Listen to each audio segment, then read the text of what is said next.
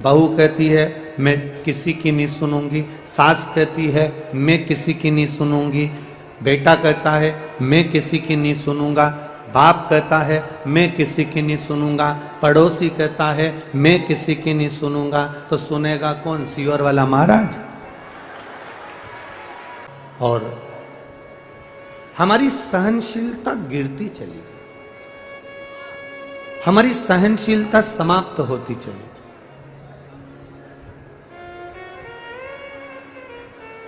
हमारी सहनशीलता नीचे की ओर जाती चली गई।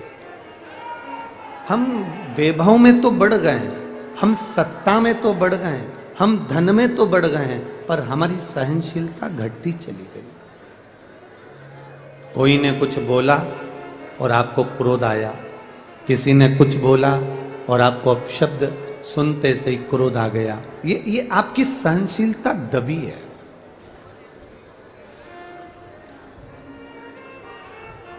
एक सरल सी बात आपके जीवन में उतारिएगा, एक सहज सी बात आपके भीतर रखिएगा।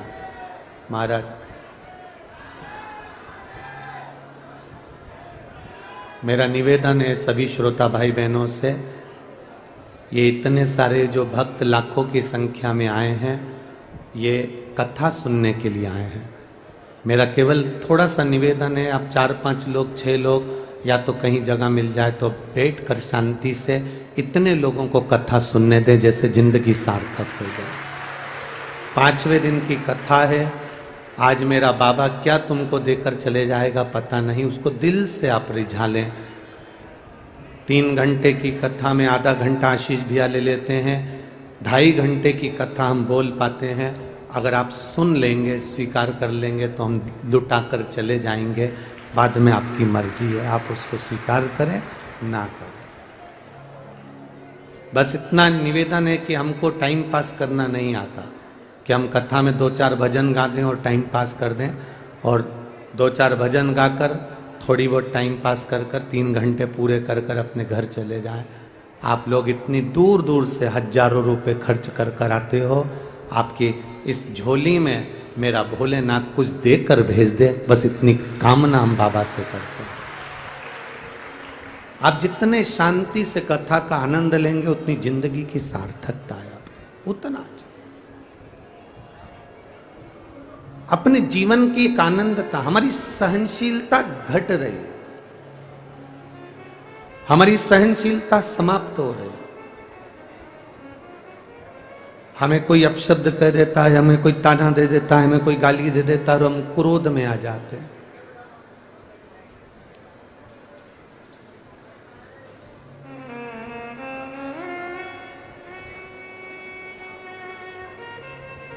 एक सरल सा विषय आपके भीतर मेरे शिव जी से सीखिएगा,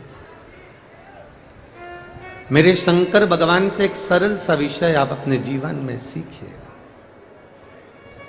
मेरे भोलेनाथ जी से आप एक सरल सा विषय अपने जीवन में उतारिएगा। शंकर भगवान के जीवन में भी कष्ट कम नहीं थे। दुनिया को अमृत मिला और मेरे महादेव को विष मिला। कोई कोई घर की बहू ऐसी होती है, कोई कोई घर का बेटा ऐसा होता है, कोई कोई घर की माताएं ऐसी होती हैं, कोई कोई घर के बुजुर्ग ऐसे होते हैं, कोई कोई घर के बहन बेटी, घर का बड़ा, घर का बुजुर्ग, घर का समाज का कोई ना कोई व्यक्ति ऐसा होता है जिसको सुनना पड़ता है, जिसको सहना पड़ता है। और जिस दिन आपने सहने की और सुनने की आदत डाल ली, उस दिन आपकी जिंदगी सार्थक हो गई, उस दिन आपका जीवन सार्थक हो गया। क्या महादेव जी के जीवन में दुख नहीं आया? शंकर भगवान के सम्मुख में विष का प्याला आया, पी गए। माता लक्ष्मी जी की माता जी मां ख्याति देवी ने अपनी बेटी लक्ष्मी का विवाह शिवजी से करने का मन में ठाना। माता ख्याति देवी ने भगवान शंकर के साथ लक्ष्मी जी का विवाह करने का ठाना। तब जब विवाह करने का ठाना, तब देवाधिदेव महादेव ने मना कर दिया कि मैं लक्ष्मी को अपने साथ नहीं रख सकता, क्योंकि लक्ष्मी नारायण के चरणों में ही अच्छी लगती है, इसलिए उनके पास है। मुझे लक्ष्मी नहीं चाहिए, लक्ष्मी नारायण के पास में रहे, ब्रह्माणी ब्रह्मा जी के पास में रहे, इंद्राणी इंद्र के पास में रहे। मुझे नहीं चाहिए ये।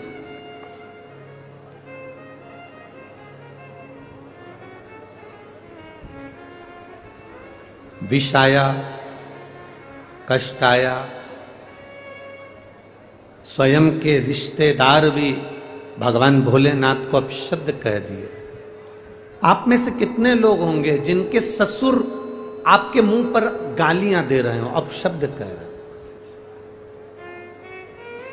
जमाई के एक बहू को सास अपशब्द कह देती है, एक बहू को ससुर अपशब्द कह देता है, पर बहुत कम स्मरण में आता होगा कि कोई जमाई को ससुर अपशब्द कह रहा। भरी सभा में, पूरी सभा लगी हुई है, पूरी सभा, और इतनी बड़ी सभा में अपशब्द ससुर अपने दामाद को कह रहे हैं कि मैं शंकर, तुमने अपने ससुर का सम्मान नहीं करा, इसलिए मैं तुम्हें श्राप देता हूं कि तुम शमशान में निवास करोगे। तुम मेरा अपमान करे हो, इसलिए मैंने तुम्हारा अपमान कर दिया। शिव जी का अपमान करना कोई बात नहीं है, शंकर भगवान कभी किसी का अपमान नहीं करे हैं, बस भोलेनाथ जी अपमान नहीं करे। शंकर भगवान तो अपने शुद्ध में बैठे हुए थे, राम नाम में, कृष्ण नाम में मेरे महादेव ऐसे डूबे रहते हैं, नारायण के नाम में मेरे शंकर ऐसे डूबे रहते हैं कि उन्हें शुद्ध भी नहीं रहती, उनको शुद्ध नहीं रहती मेरे महादेव को। जो शंकर की आराधना में लगे रहने वाले हैं, जो शंकर की आराधना करने वाले हैं, जो शिव तत्व में डूबने वाले हैं, शंकर भगवान को एक लोटा जल चढ़ाने वाले, शंकर भगवान की भक्ति करने वाले, उनको नहीं मालूम सावन कब आता है और सावन कब चले जाता है, ये उनको अंदाजा लग नहीं पाता। कब सावन आ गया, कब सावन चले गया, ये नहीं मालूम। आप में भी कई माताएं ऐसी बैठी हैं, आप में भी कई भाई, कई बेटे, कई बेटियां ऐसी बैठी हैं जिनको ये भी नहीं मालूम पड़ा कि अधिक मास कब आ गया, कब चले गया।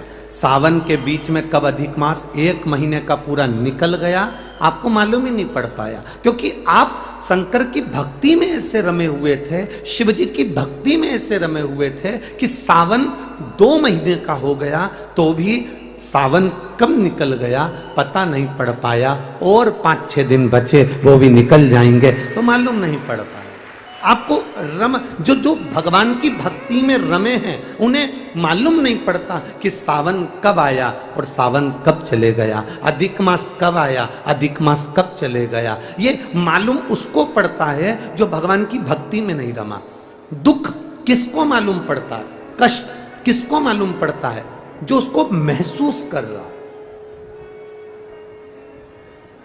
जो लोग कहते हैं ना, मैं बड़ा दुखी हूं महाराज जी, बहुत कष्ट है मेरी जिंदगी में, बहुत तकलीफ है मेरी जिंदगी में, मैं बड़ा दुखी हूं महाराज जी, गुरु जी मैं बड़ा दुखी हूं, मैं बड़ा दुखी हूं, मैं बड़ा कष्ट में हूं, मुझे बड़ा दुख है।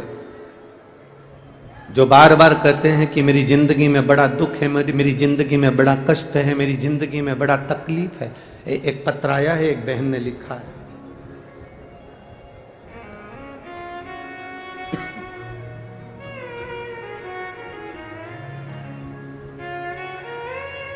रामेश्वर गुप्ता,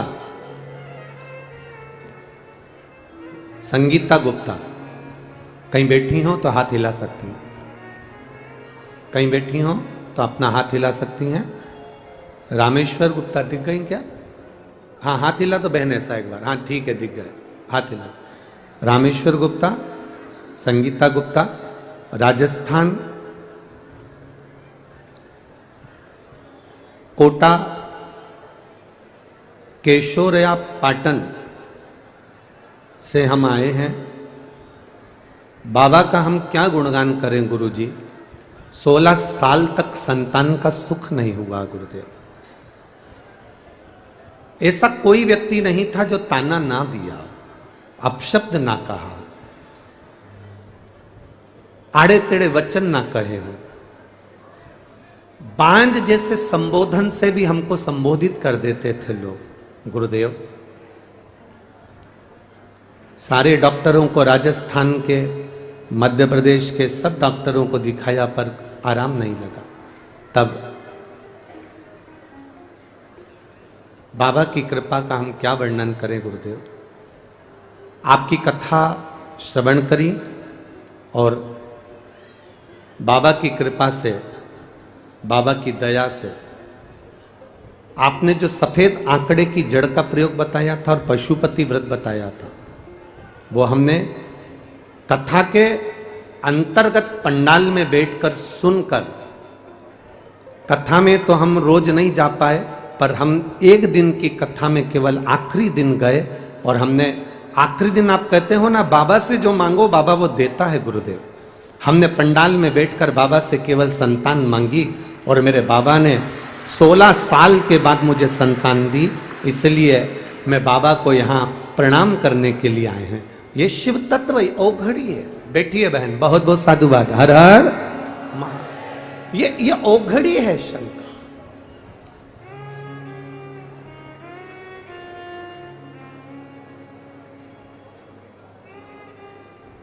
अरे तेरा ही दिया मैंने खाया पिया है, तेरा शुक्रिया है, तेरा शुक्रिया। मुझे भोले बाबा ने बहुत दे दिया है, तेरा शुक्रिया है, तेरा शुक्रिया। ये उसकी कृपा से मिला।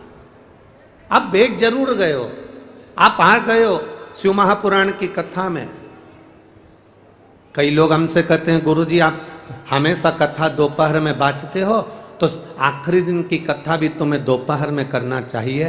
फिर तुम इतनी जल्दी कभी 8 बजे कभी 9 बजे सुबह से कथा रख देते हो, उसका कारण क्या है? हमने कल कथा में आपको कहा था, रेत के ढेर पर शक्कर को पटक दो, चींटी उस शक्कर को उठाने आ ही जाती है। अगर जो शंकर के भक्त हैं वो समय नहीं देखते, शिव की उपासना का समय कहां है?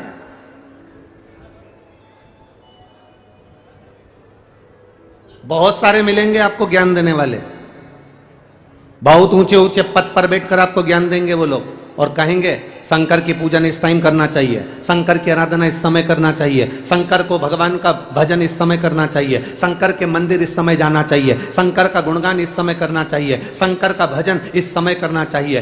बहुत सारे, जब तुम टीवी खोलोगे तब तुम्हें कोई ज्ञान देने वाला मिल जाएगा कि शंकर के मंदिर में पूजन का समय ये है, शंकर के मंदिर में आराधना का समय ये है, शंकर के मंदिर में पूजन का समय ये है। जब टीवी खोलोगे नए नए लोग तुमको ज्ञान देने के लिए आ जाएंगे, जो तुमको ज्ञान दे कि शंकर की पूजन का ये समय है। उनसे कहना शंकर का नाम महाकाल है, काल आने का समय बता दो तो महाकाल की पूजन का भी समय निश्चित हो सकता है। मरने का कोई समय नहीं होता। मौत नहीं देखती कि तू सुबह मर रहा है कि शाम को मर रहा है, मौत नहीं देखती कि तू दिन को मर रहा है कि रात को मर रहा है, मौत नहीं देखती कि तू 11 बजे मर रहा है कि 12 बजे मर रहा है, मौत नहीं देखती कि तू सुबह 4 बजे मर रहा है कि रात्रि के 3 बजे मर रहा है। जब मौत का समय नहीं है तो मेरे महाकाल के भजन का भी कोई समय नहीं है, मेरे शिव के भजन का कोई समय नहीं है। बहुत सारे ज्ञान देने वाले, बहुत सारे आपको मिलेंगे जो दिन भर बैठकर बस यही बात करते रहेंगे, इतनी बजे मंदिर जाना चाहिए, इतनी बजे पूजन करना चाहिए, इतनी बजे आराधना करना चाहिए, इतनी बजे जल चढ़ाना चाहिए। सीहोर वाले महाराज ने तो हर कभी लोगों को मंदिर भेज दिया। जो कह दे कि मौत का समय होता है तो हम भी कह देंगे कि मंदिर जाने का समय होता है। जब दिल करे तब महादेव का भजन करिए। जो कह दे कि मरने का समय निश्चित है, मृत्यु का समय निश्चित है कि ये सुबह 4 बजे मरेगा, ये 3 बजे मरेगा, ये 5 बजे मरेगा, तो हम भी कह देंगे कि मंदिर जाने का समय ये है।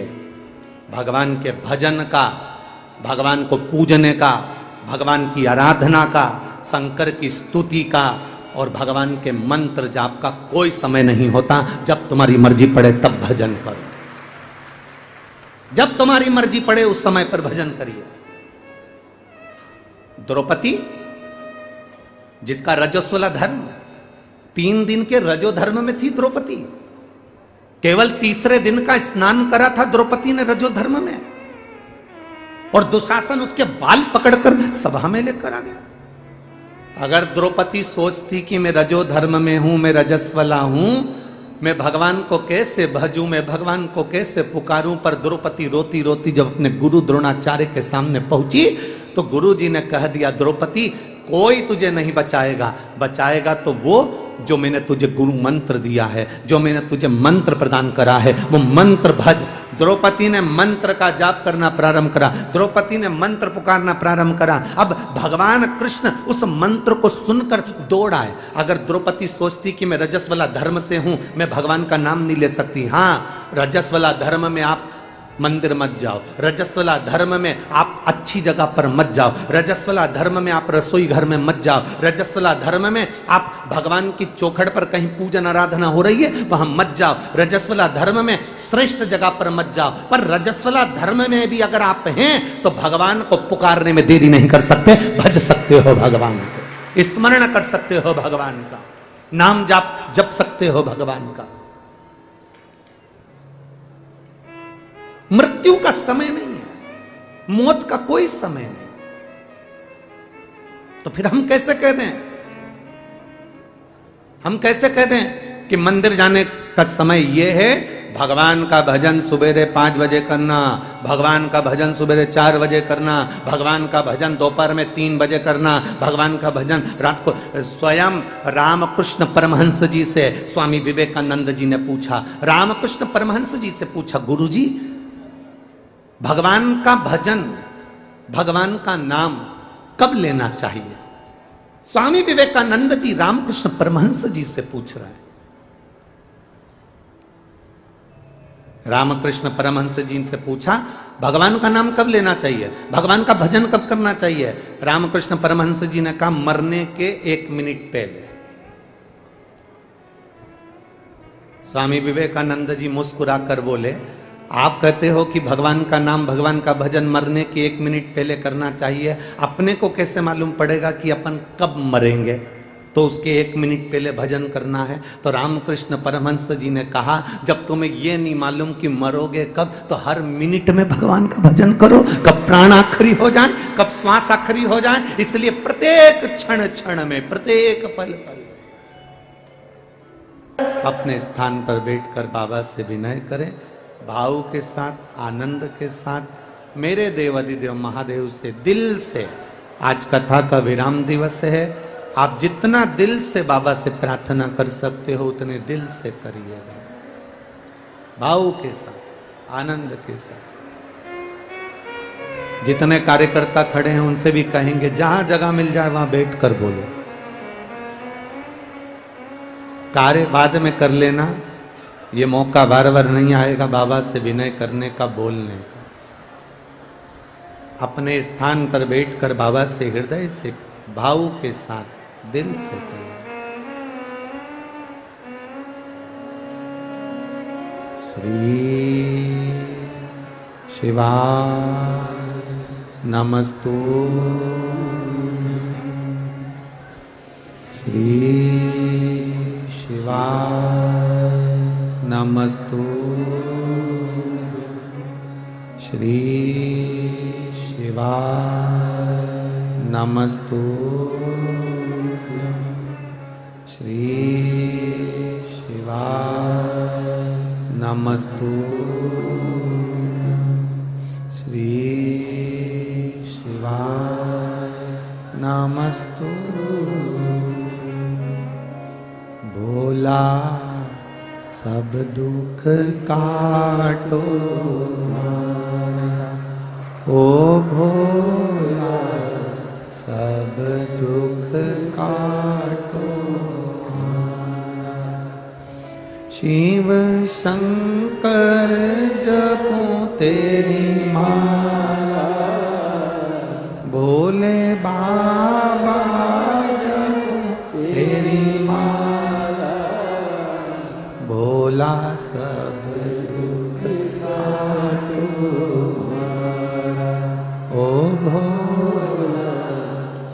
दुख काटो, वेश मंगल मंगलकारी, वेश मंगल मंगलकारी। शमशान वासी हमारा, शमशान वासी हमारा, ओ भोला सब दुख काटो, ओ भोला सब दुख काटो। कोई तुमसे कहे कि इतनी बजे भगवान को भजना चाहिए, कोई तुमसे कहे कि इतनी बजे मंदिर जाना चाहिए, कोई तुमसे कहे इतनी बजे भगवान की भक्ति करना चाहिए, भजन करने का कोई समय नहीं, भगवान की भक्ति का कोई समय नहीं है। दुख, तकलीफ, कष्ट, बीमारी, रोग या कोई तकलीफ हमारे पास आती है तो समय देखकर नहीं आती, तो भगवान भी हमारे पास आए तो समय देखकर नहीं आए, जब दुख हो तब मेरा महादेव हमारे पास आए।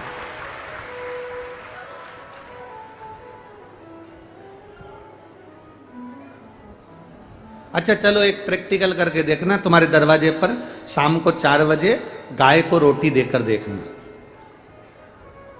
गाय कितनी बजे तुम्हारे दरवाजे पर पहुंचेगी रोज? जम के बोलो जरा। 4 बजे। 3 बजे रोटी दोगे तो गाय कितनी बजे पहुंचेगी रोज? 3 बजे। सुबह 9 बजे रोटी दोगे तो गाय सुबह 9 बजे पहुंचे। तुम जिस टाइम गाय घड़ी पहनती है क्या? अरे बोलो तो जम के, नहीं पहनती। फिर उसको कैसे मालूम कि 3 बज गई? फिर उसको कैसे मालूम कि 3 बज गई? उसको कैसे ज्ञात है?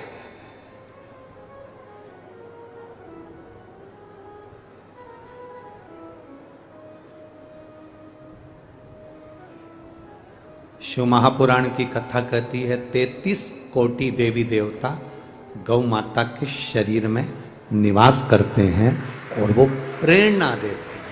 33 कोटि देवता। मैं राजगढ़ की राधा रानी गौशाला के लिए धन्यवाद देता हूँ, जो विकलांग गायों को और सहजने में लगे हैं, उनको संभालने में लगे। बहुत बहुत साधुवाद है राधा रानी गौशाला राजगढ़ क्षेत्र को, बहुत सारे।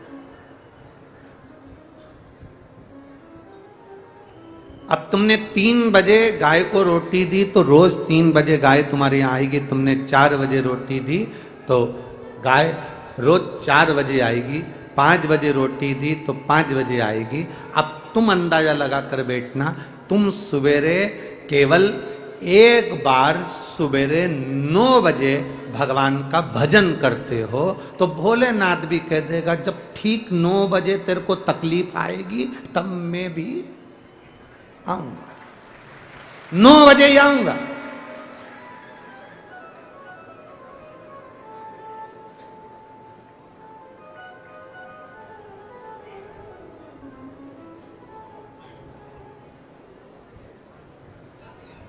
सनातन धर्म में कभी नहीं कहा गया कि तुम हफ्ते में एक बार भगवान के मंदिर जाओ।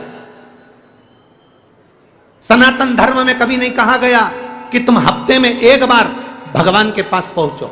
हमारे सनातन धर्म में नहीं लिखा कि हफ्ते में एक बार आना। हमारे सनातन धर्म में तो लिखा है जब तेरा दिल कर जाए अपने बाप से मिलने पहुंच जाना, पिता से मिलने के लिए आना। एक पत्र आया, उस पत्र में एक बेटी ने लिखा है कि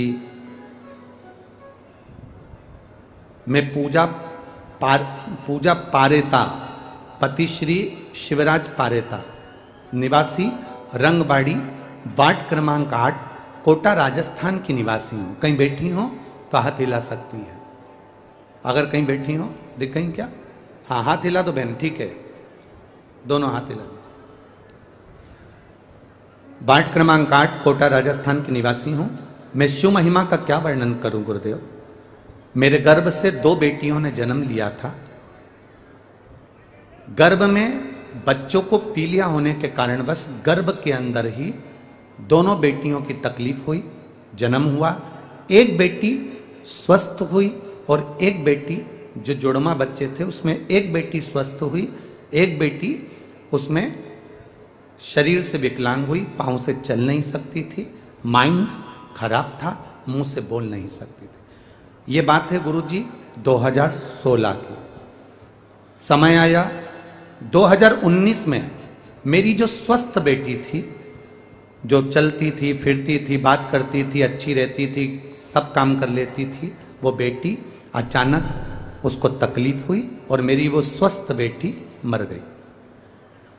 अब बची मेरी एक बेटी जो माइंड से विकलांग, पाँव से जिंदगी भर चल नहीं सकती। डॉक्टर के हिसाब से वो पलंग पर पड़ी रहती थी, जिसका शरीर काम नहीं करता था, माइंड काम नहीं करता था। डॉक्टर के हिसाब से वो विक्षिप्त थी।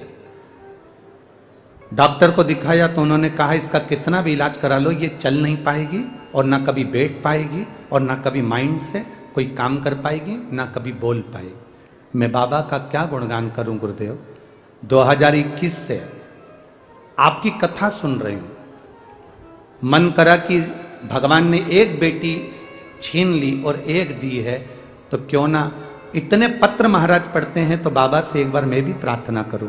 हम कुबेरेश्वर धाम गए, वहां जाके प्रणाम करा, एक रुद्राक्ष लाए, उस बेटी के गले में डाल दिया, एक रुद्राक्ष पानी में डालकर उसको पिलाना चालू करा।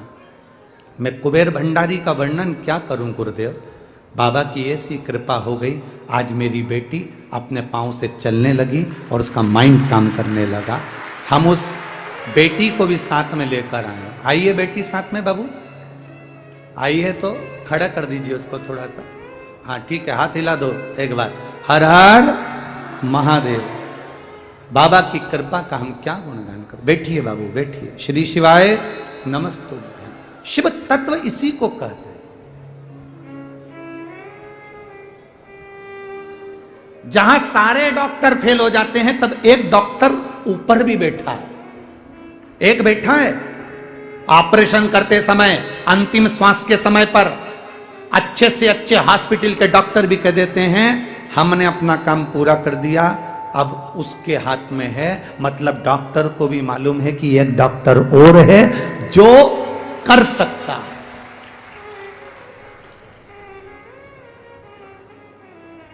तैंतीस कोटि देवी देवताओं को उठाकर देखिए, किसी ने ऑपरेशन नहीं किया शरीर का, केवल एक महादेव ने ऑपरेशन किया शरीर का। ससुर का सिर कट गया तो बकरे का सिर लगा दिया, गणेश जी का सिर कट गया तो हाथी का लगा दिया। इतना बड़ा डॉक्टर वो कहां से लेकर आओ।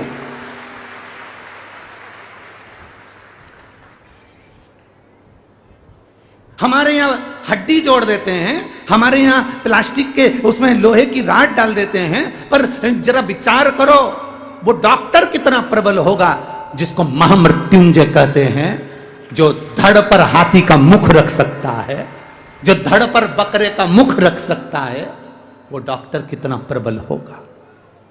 सहज इसलिए हमारे यहां हॉस्पिटल में रहने वाले डॉक्टर को भी शिव कहा जाता है और शंकर को भी डॉक्टर कहा जाता है। जितने हॉस्पिटल में डॉक्टर हैं जो जनमानस की सेवा में लगे हैं, कोरोना महामारी में, कोरोना के अंतर्गत सब अपने अपने घर में भरे पड़े हुए थे, पर डॉक्टर, नर्स, स्वीपर, जिनको लोग सरल भाषा में कह देते हैं ये समाज के हैं, ये समाज के हैं, अच्छी अच्छी समाज के लोग जब बाहर निकल कर नहीं आए तब वो पोछा लगाने वाला शव को उठाकर लेकर अंतिम संस्कार कर रहा था।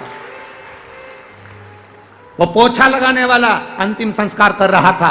उसको कोरोना नहीं लग रहा था। वो आगे बढ़कर एक बेटा जो फर्ज अदा करता है, लोग कहते हैं ये छोटी समाज के, ये ऊंची समाज के, ये समाज के, वो समाज के, जो छोटा है उसने कितनों का अंतिम संस्कार कर दिया, कोई नहीं आया। अच्छे अच्छे घर में पड़े रहे और वो आगे निकलकर अंतिम संस्कार करते रहे। हम बटे हुए हैं, या हम कहते हैं ये ब्राह्मण है, ये क्षत्रिय, ये वैश्य है, ये शूद्र है, बाट हम रहे, बट हम रहे। ये राजनीति के चक्कर में सारे भारत की भूमि के सारी समाजों को अलग अलग बांट दिया गया है, पर मेरा शंकर सबको एक जानता है। इसलिए मेरे शिव जी के ऊपर जो पानी गिरता है तो एक एक बूंद गिरता है कि आप सब एक हो, अलग अलग नहीं।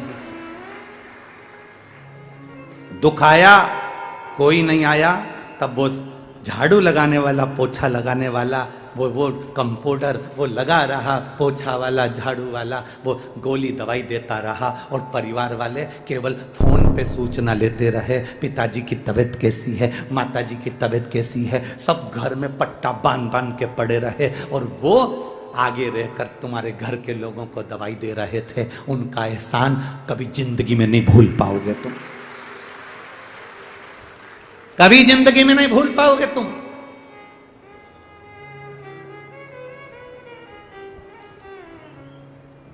और हम जातियों में बट रहे, हम ऊंचे ये नीचा, हम ऊंचे ये नीचा, हम बड़े ये छोटा। रोटी तो उतनी खाते हो, हम बड़े ये छोटा, हम ऊंचे ये नीचा। रोटी तो उतनी खा रहे हो, शरीर में तुम्हारे को जब खून की जरूरत पड़ती है तब लिखकर भेजना कि मैं ब्राह्मण हूं, तो ब्राह्मण का ही खून चढ़ाना रे। मैं क्षत्रिय हूं तो क्षत्रिय का खून चढ़ाना रे। मैं वैश्य हूं तो वैश्य का खून चढ़ाना, मैं शूद्र हूं तो शूद्र का खून चढ़ाना। डॉक्टर नहीं देखता कि तुम्हारे शरीर में जब खून की कमी पड़ती है, तुम्हारे शरीर में जब ऑपरेशन होता है, जब तुम पड़े रहते हो और खून की कमी होती है, तब यह पूछा नहीं जाता कि यह ब्राह्मण का है कि क्षत्रिय का है कि वैश्य का है कि शूद्र का है। तब तो केवल प्राण बचाए जाते हैं कि कैसे भी प्राण बच जाए। ब्लड किसका है, खून किसका है, बस प्राण बच जाए। तो परमात्मा भी नहीं देखता रे कि तुम कौन हो, परमात्मा तो ये देखता है कि तुम भजन कैसा कर रहे हो, मुझे पुकार कैसे रहे हो, मुझे भज कैसे रहे हो। भगवान ने कभी नहीं देखा कि तुम सोने के सिंहासन पर भगवान को रखोगे तो भगवान ज्यादा प्रसन्न होगा, तुम ज्यादा डेंटिंग पेंटिंग करके कथा में जाओगे तो भगवान ज्यादा प्रसन्न होगा। भगवान तो नहीं होगा, भेरूलाल हो जाएगा।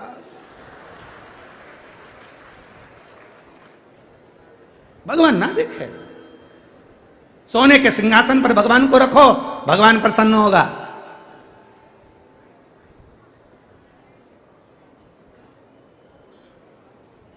रोज 56 भोग खाने को दो, भगवान प्रसन्न होगा। ना ना ना, कभी भगवान से पूछना आप 56 भोग से प्रसन्न होते हो, तो भगवान भी कह देगा अगर 56 भोग से प्रसन्न होता तो द्रौपदी के घर में आधा चावल का दाना झूठा खाने नहीं जाता, विदुरानी के घर पर छिलके खाने नहीं जाता। मैं तो छिलके भी खा लेता हूं, छिलके विदुरानी के। और विदुर नहीं थे घर विदुरायन, विदुर जी नहीं, घर में विदुरायन। और विदुरायन से विदुर जी ने कहा था जब भगवान आएंगे ना अपने घर जरूर आएंगे। विदुरायन ने कहा कहाँ हस्तिनापुर का राज्य, कहाँ अपना झोपड़ा। विदुर जी ने कहा भगवान झोपड़ा नहीं देखते, भगवान महल नहीं देखते, आएंगे जरूर। तो विदुरायन ने कहा अपने पास तो बैठने के लिए अच्छा सा पलंग भी नहीं है, खटिया भी नहीं है। पलंग तो अब चल गए, उस समय तो खटिया चलती थी। खटिया जानते हो ना, ये निबाड़ की नहीं, रस्सी वाली खटिया। तो पहले तो खटिया चलते थे। तो कहा कि अपने यहाँ तो खटिया भी सही नहीं है। एक खटिया है जिसकी रस्सी को चूहे ने कतर दिया, ऊंदरा ने 14 जगह से। अब ऊंदरा से कटी हुई खटिया पे भगवान को बिठाएंगे, अच्छा लगेगा। तो फिर उस समय पर विदुर जी ने एक नई खटिया बनवाई, पलंग चंदन की, उसमें चारों तरफ पाटी थी और उसमें पट्टा लगा हुआ था, उसमें निवाड़ लगी हुई थी, रख दी। अब विदुरायन ने सोचा भगवान आएंगे जब बिछाऊंगी। भगवान आ गए, विदुरायन सुध भूल गई, आओ प्रभु बैठो। अब बिछाना थी नई, बिछा दी पुरानी। भगवान से कह रही है बैठो ना बाबा, ठाकुर बैठो। द्वारिकाधीश बोले काकी इस पे बैठूं? काकी बोली नई बनवाई है। भगवान बोले नई ऐसी है तो पुरानी कैसी होगी? जिस खटिया की अंदर की रस्सी को ऊंदरा ने, चूहे ने 14 जगह से कतर दिया और रस्सी नीचे ऐसी लटक रही जैसे बंदरवाल नीचे लटक रही, और विदुरानी कह रही नई बनवाई है। भगवान मन में सोचे नई ऐसी है तो पुरानी कैसी होगी? विदुरानी फिर बोली बैठो बैठो। भगवान उस लकड़ी की पाटी पर बैठ गए। भगवान को मालूम है अंदर जाऊंगा तो फिर बाहर नहीं आ पाऊंगा, निश्चित है, तो पार्टी पर बैठे। विदुरानी बोली हमने नई बनवाई और तुम तो ऐसी छुआछूत कर रहे हो, अच्छा लग रहा है, खस को अंदर। अब द्वारिकाधीश सोच रहे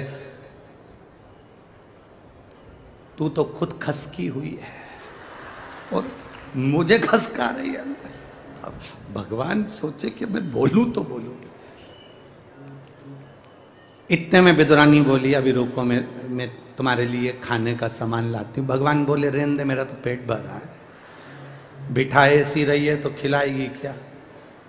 और डांट अलग रही है। वो केले लेकर आ गई और आते से बोली अभी तक भी खसका खसक। जो भगवान अंदर खसके बस भगवान पड़े। विदुरानी ने पूछा कैसा लग रहा है? भगवान कहे ऐसा लग रहा है जैसे 100 किलो कपास के गद्दे पे पड़ा, ऐसा लग। विदुरानी बोली अब मैं तुम्हारे लिए खाने का केला लाई हूं। इतने में भगवान ने सोचा चलो इतनी अकल तो है इसमें कि केला लाई, नहीं तो भाटा उठा लाती, इसका क्या ठिकाना। केला लाई और केला छील के भगवान को देने के लिए तैयारी कर रही है। और फिर केले के अंदर की जो गिरी थी उसको नीचे पटक दी, छिलका निकाल कर भगवान को दे दिया। लो, भगवान ने पूछा ये क्या है? विदुरानी बोली ये केला है। भगवान बोले वो नीचे पटका क्या है? तो कि वो छिलका है। भगवान बोले तुम्हारे यहां उल्टा खाते हैं? विदुरानी बोली तो तुम्हारे यहां उनसे खाते हैं, खाओ जल्दी केला।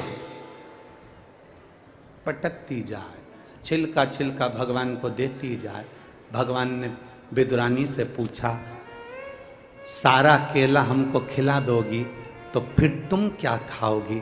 विदुरानी बोली जो नीचे पड़ा है वो हम दोनों खा ले, जो नीचे पड़ा है।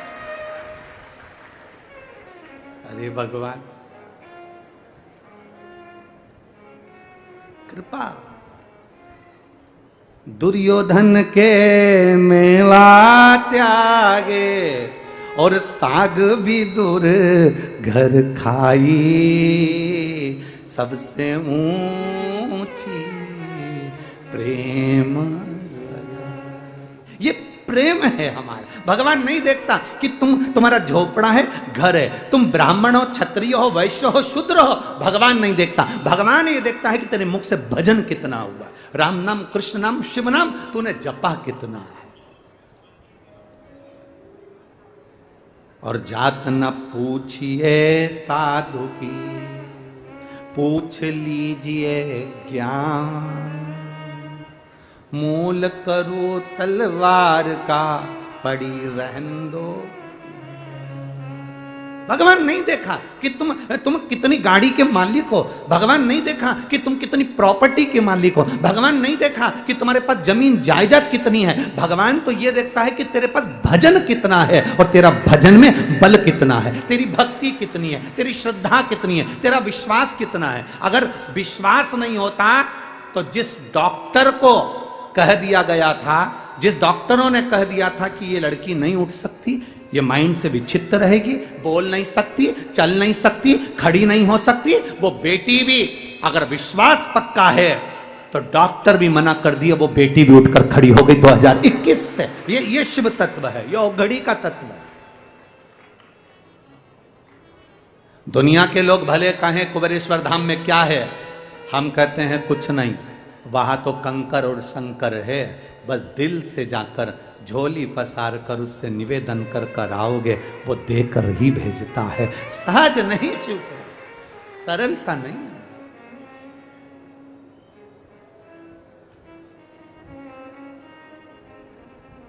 शंकर शंकर।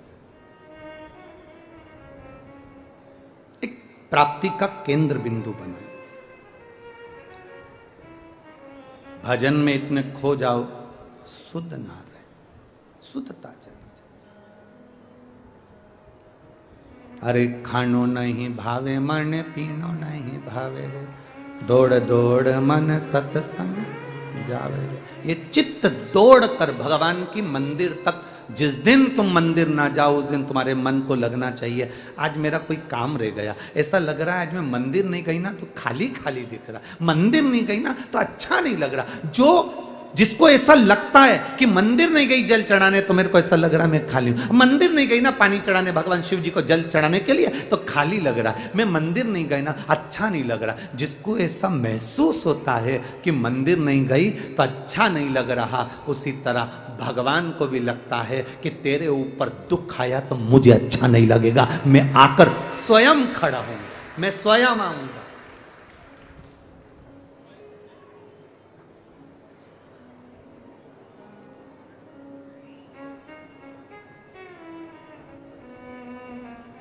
भगवान से प्रार्थना करते रहना, भगवान आखिरी श्वास तक मेरे शरीर को ऐसा बनाकर रखना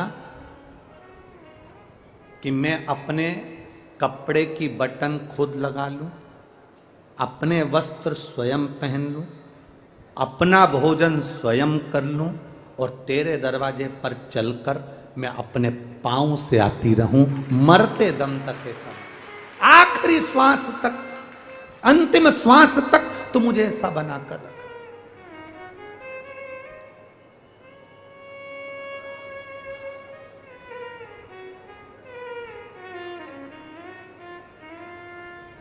देखो परिवार के लोग तुम्हें डॉक्टर को दिखा देंगे, परिवार के लोग तुम्हें दवाई दे देंगे, परिवार के लोग पैसा खर्च कर देंगे, पर जीजी और मेरे जी जाओ एक बात याद रखना, शरीर का कष्ट तो अपने को ही भोगना पड़ता है। पैसा लगा देंगे परिवार वाले, अच्छे डॉक्टर को दिखा देंगे परिवार वाले, दवाई दिलवा देंगे परिवार वाले, तुम्हें बिठाकर गोली भी खिला देंगे परिवार वाले, पर शरीर में जो कष्ट होता है वो कोई दूसरा नहीं भोगता, अपने को भोगना पड़ता है। इसलिए भजन अपने को खुद करना पड़ेगा। भजन स्वयं करो, भक्ति स्वयं करो, स्मरण स्वयं करो, मंत्र जप स्वयं करो, नाम जप स्वयं करो।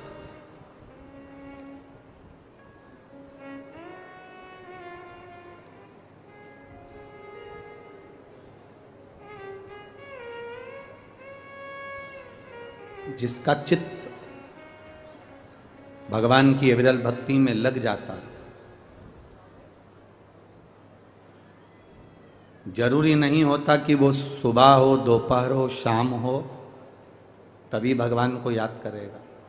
दुकान पर बैठा है, दुकान नहीं चल रही, ग्राहक भी नहीं आया, आंख में आंसू भर रहे हैं, आज दिन भर कैसे गुजारा चलेगा, परिवार की कैसे पूर्ति होगी। उस समय पर मेरा दुकान पर बैठे हुए एक एक भाई से निवेदन है, उस समय पर रोना नहीं है, दुखी नहीं होना है।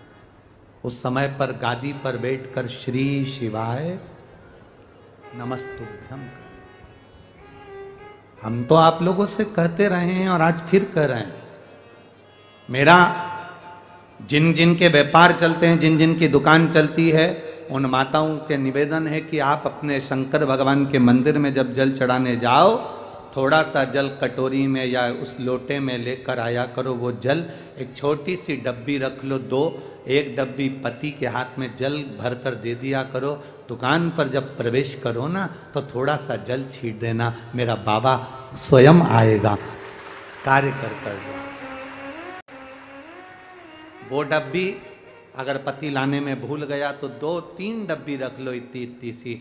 लोग तो संक्रांति पे तो बांटते ही हैं इतनी इतनी सी डब्बियाँ, तो वो डब्बी अपने कब काम आएगी? वो तीसरी डब्बी किसी काम की तो रहती नहीं, उसको जल भरने के लिए रख लो। पति को बैग में पन्नी में बांध के दे दी, ये झोला ले जा रहे हो, तुम कागज ले जाते हो, मोबाइल ले जाते हो, सामान ले जाते हो, दुकान का सारा सामान ले जाते हो, तो ये डब्बी में जल भी ले जाओ। अंदर जब जाओ भूल भी जाओ तो कोई बात नहीं, डब्बी में जल अगर दुकान के अंदर भी चले गया तो तुम्हारा कल्याण निश्चितता है। वो चलाएगा, वो देख लेगा, मेरा शिव तुम्हारे साथ है। एक माता ने एक पत्र में एक प्रश्न लिखा, गुरुजी क्या महिला माताएं रुद्राक्ष पहन सकती हैं? तो हमें तो वो महाराज पकड़ के लाओ जिसने मना कराओ तुमको।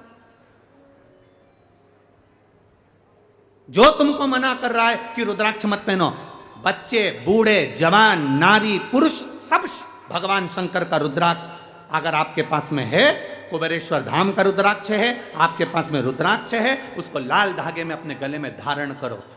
महाराज शास्त्र कहता है अगर गले में वो एक अपन भगवान को भोग लगाते हैं तो भोजन की थाली में क्या डालते हैं? जम के बोलो। तुलसी। तुलसी क्यों डालते हैं? भगवान उसको स्वीकार करता है। बिना तुलसी के तो भगवान भोजन भी नहीं करता, भोजन भी ग्रहण नहीं करता। तो गले में तुलसी की माला हो, रुद्राक्ष की माला हो, तो समझ लेना कि शंकर भगवान स्वीकार कर रहे हैं इस शरीर को, इस शरीर को।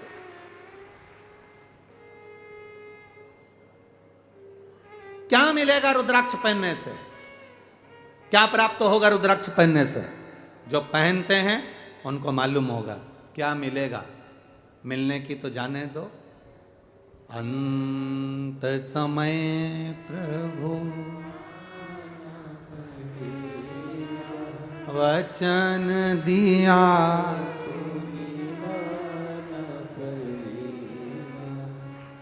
सरकार को कैसे मालूम? सरकार को कैसे मालूम कि तुम्हारे पास में कितना माल है? सरकार को कैसे मालूम कि तुम्हारे पास में क्या है? सरकार को कैसे मालूम कि तुम्हारा एड्रेस, तुम किस जगह पर कहां रहते हो?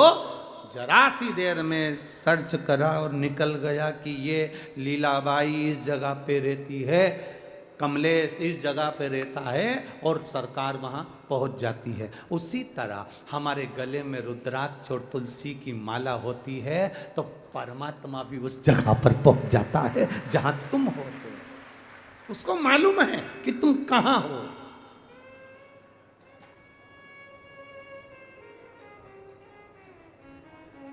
उसको मालूम है। इसलिए गले में रुद्राक्ष की एक मन का अगर रुद्राक्ष का आपके गले में है, शिव कृपा आपके ऊपर, शिव। एक तुलसी की माला भी अगर आप गले में पहने हो तो मेरे नारायण की कृपा आप पर है। धारण करो। और मुख में हो राम नाम, राम सेवा हाथ में, तू अकेला नाही प्यारे राम तेरे साथ में। जिंदगी की बागडोर हाथ दीना नाथ के, वो महलों में रखे चाहे झोपड़ी का वास दे। ये हमारे ऊपर निर्भर करता है, हम कितना भजन करें, हम कितना स्मरण करें, हम कितनी भक्ति को धारण करें। शिव महापुराण की कथा कहती है भगवान देवाधिदेव महादेव ने मां पार्वती को काशी की भूमि पर, अभी जहां जिस काशी की भूमि पर जीव मुक्त हो जाता है, ऐसी अभिमुक्त भूमि पर भगवान शंकर ने मां पार्वती को भ्रमण कराया काशी की रज को।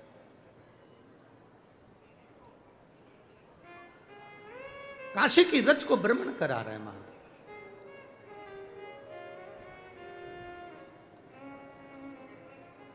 और काशी की रज पर जब भ्रमण कराया, काशी की रज पर जब घूम रहे हैं, मां पार्वती जी के मन में दो संशय भारी हैं। माता पार्वती जी के मन में दो संशय, काशी घूमते घूमते दो संशय। पहला संशय है माता पार्वती जी का, बाबा भोलेनाथ जी से कहा मान लो कोई जीव काशी नहीं आया।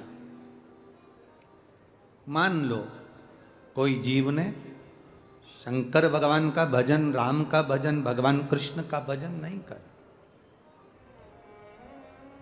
पार्वती जी कह रही हैं, ना तो कोई तीर्थ गया, ना किसी ने भजन किया, ना कोई काशी आया, ना कोई उज्जैनी गया।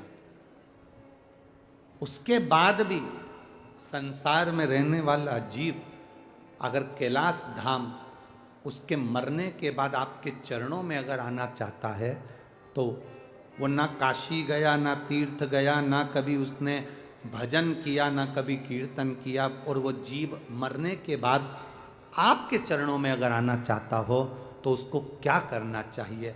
शंकर भगवान कहते हैं, पार्वती तुम्हारा ये संवाद, तुम्हारा ये प्रश्न अच्छा है, तुमने बहुत अच्छा प्रश्न किया।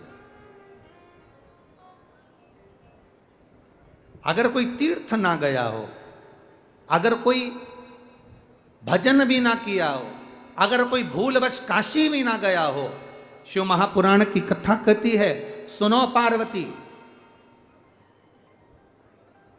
जहां वो निवास करता है, जहां वो रहता है, उस भूमि पर जहां वो रह रहा है, उसके नगर में, उसके क्षेत्र में, उसकी कॉलोनी में, उसके मोहल्ले में, उसके खेड़े में कहीं शिवालय हो, और उस शिवालय के सामने से भी अगर वो निकल गया और भूल से भी शंकर मंदिर के शिखर का दर्शन कर लिया, तो भी वो कैलाश पहुंच ही जाता है। मात्र शिखर दर्शनम सर्व पाप नाशनम। तो पार्वती जी ने पूछा, आखिर शिखर में ऐसा क्या होता है? शिखर में ऐसा क्या है?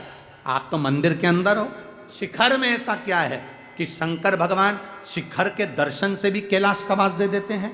शिखर में ऐसा क्या है?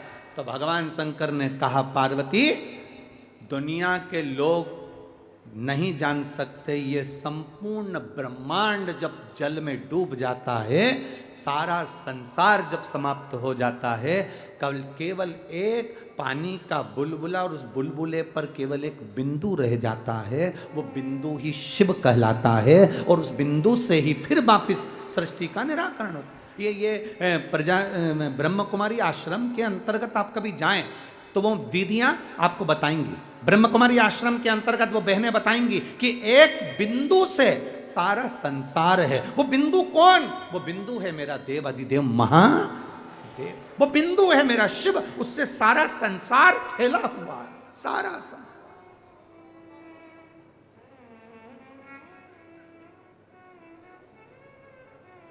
जिस मंदिर पर शिखर नहीं होता, जिस मंदिर, शिखर से मतलब जानते हो ना आप?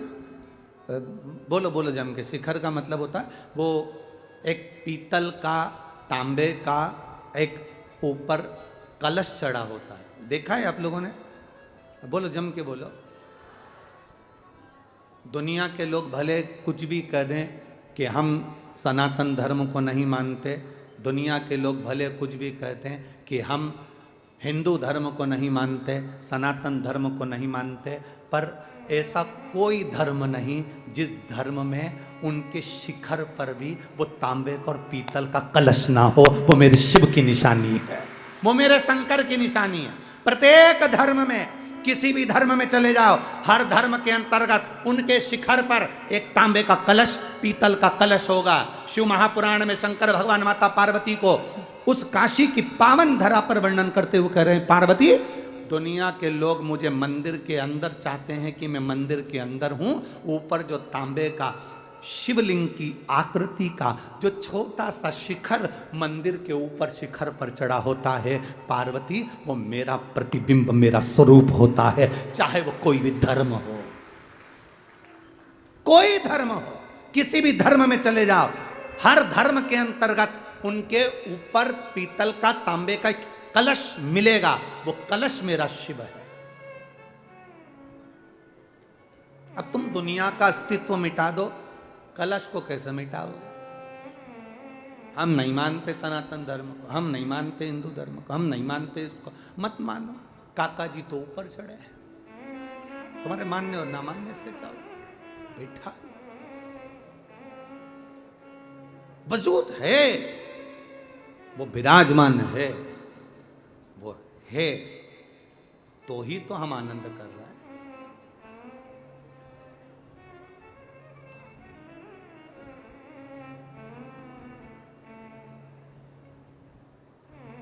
चंद्रायन 3 की लैंडिंग होना है 2-1 दिन के अंदर। आज ही है बस। तो फिर यहाँ इतने बैठे हो और जितने आस्था चैनल पर सुन रहे हैं, जितने फेसबुक यूट्यूब पर सुन रहे हैं और जितने यहाँ बैठे हैं, एक बार दिल से बाबा से प्रार्थना करना कि हमारे भारत का गौरव फिर बढ़े और फिर आनंद हो।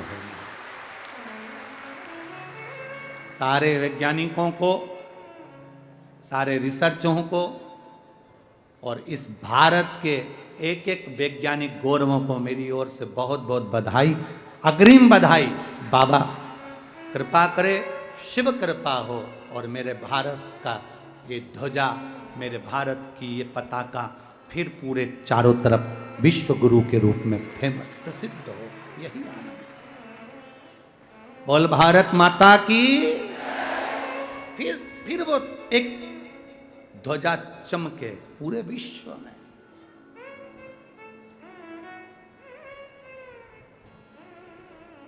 और चंदन है इस देश की माटी, तपोभूमि हर ग्राम है, हर बाला देवी की प्रतिमा बच्चा बच्चा राम है। जिसके सैनिक समर भूमि पर गाया करते गीता है, उसी माटी के हल्के नीचे खेली करती सीता है। ये सहज नहीं, भारत की धरा, ये मेरे भारत की भूमि जिसके कंकड़ कंकर में शंकर है, जिसके कण कण में देवता समाहित हैं। जरा विचार करिएगा, अमेरिका में कोई मरता है तो उसको डेथ कहते हैं, एक्सपायर। क्या बोलते हैं? जम के बोलो, जम के जरा। एक्सपायर। और भारत में अगर कहीं का बेवड़ा भी मरता है तो भी कहते हैं स्वर्गवासी। बोलो सही है कि गलत है? क्यों? वो तो बेवड़ा था, गाली देता था, गंदा था, मर गया तो स्वर्गवासी लिखना ही नहीं था, फिर भी लोगों ने स्वर्गवासी लिखा। कारण केवल इतना सा है, अगर वो कहीं दूसरे देश में मरता तो एक्सपायर लिखते, डेड बॉडी लिखते, पर यहाँ तो स्वर्गवासी इसलिए लिखते हैं क्योंकि भारत माँ की गोद में मरा है, जहाँ राम कृष्ण प्रकट है। ये भारत की भूमि है, सभ्यता संस्कृति की जननी है। या मरने वाला स्वर्ग जाता है, इसलिए बाहर के विदेशी भी भारत की भूमि पर आकर राम नाम कृष्ण नाम का जप करते हैं, क्योंकि यहाँ राम मिलेगा, कृष्ण मिलेगा, शिव मिलेगा, इसी भूमि पर मिलेगा, प्राप्त हो।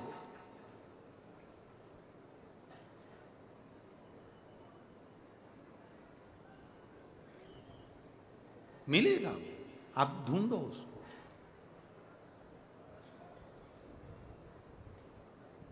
कई बार हमसे कहते हैं लोग, आपने कभी शंकर जी को देखा है? हमने कहा हम तो रोज ही देखते हैं। उसने कहा कब देखा?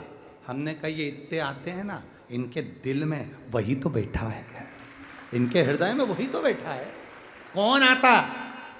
सबके बच्चे स्कूल जाते हैं, सबके घर में काम पड़ा है, सवेरे 9 बजे तुम्हें कथा में पहुंचना है तो 3 बजे से उठी होगी, 3 बजे से रात से उठी होगी, तब घर का झाड़ू काम सब करके, सब धर धुरा के, और छोरा छोरी चिल्ला भी रहे, कहाँ जा रही? इतने में के भी दिया, ना ना मार से मत बोल जो, मार से तो तू जा कहाँ है भाई, कहाँ जाए? ओ भाई, नाना दोष दूंगी, मार से मत बोल। नहा धो के सुबह झाड़ झुड़ा के कर कुड़ा के आंखें से धर के पेंसिल से लाइन खींच के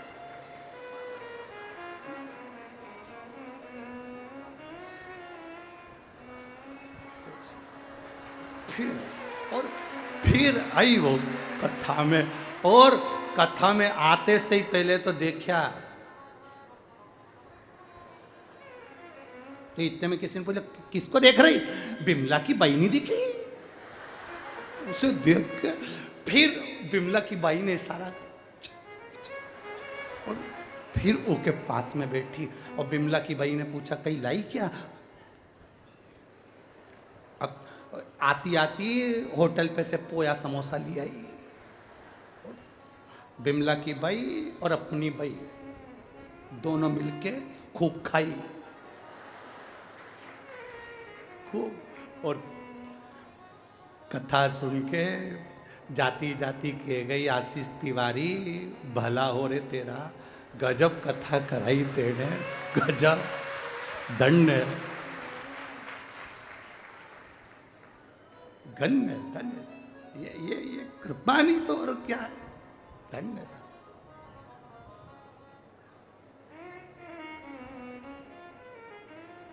कहाँ गया आशीष तिवारी, कहाँ, बुलाओ जरा उसको, बुलाओ।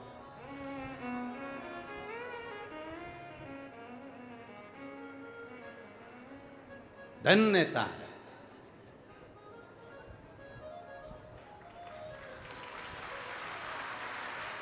हे आशीष, ये सब बोल रहे हैं, एक कथा से काम नहीं चलेगा।